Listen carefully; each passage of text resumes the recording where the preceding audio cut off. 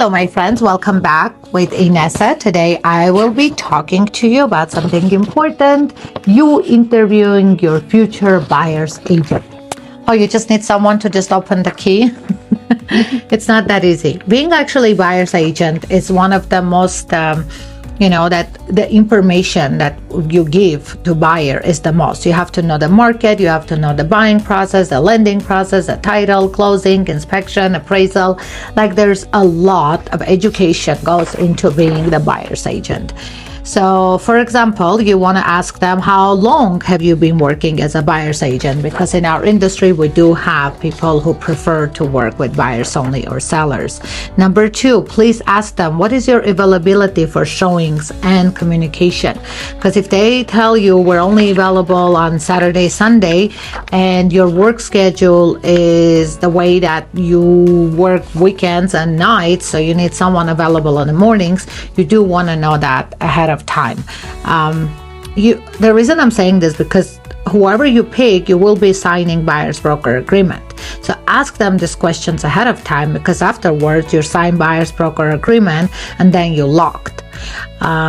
Also, please make sure to ask, am I going to work with you or you're part of the team? Because you may sit down on an initial interview with someone that your jaw drops from their experience, from their knowledge and all, but all they do is you sign the contract, what originally is with a brokerage, and then they're going to assign you a new agent who just got into real estate, and they're going to be your showing agent.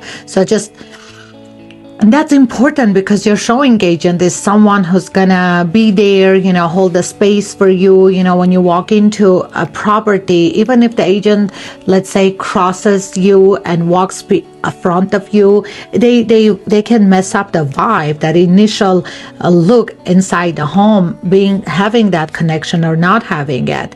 There's so many details about showing a property.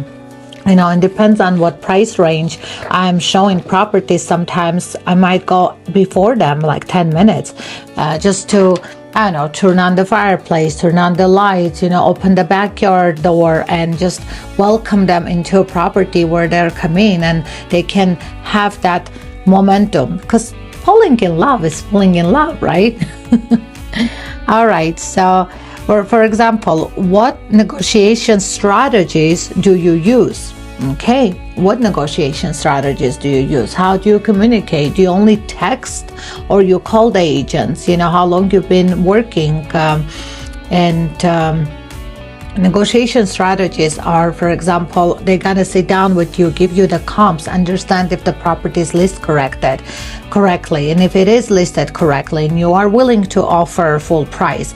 But you definitely should ask for closing costs that will help you with buying down a point, because only a seller can pay for lenders buying down point fees.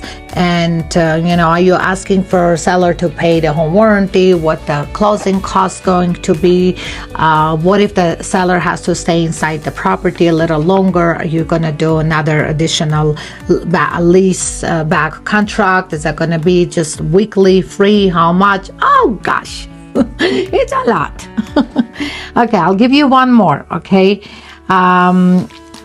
For example, how do you handle multiple offer situation? If you call the agent and they tell you they have a multiple offer, what do we do at that point? And I do have a couple really cool tricks that I do, and I'm not gonna tell ya. But yeah, it's really important. And also keep in mind, if you're working with an agent and you're looking at new builds, it's also incredibly helpful to work with someone who knows ahead of time who's building where, what price range they're building, which builder is giving a lower rate, which one is giving appliances, which one is including the blinds and some money towards your closing cost. So just just ask questions. And call me 702-505-3233. I'll actually put this one's they're on my website, but we'll probably tag it right underneath the video if you want to take a snapshot. Ta-ta!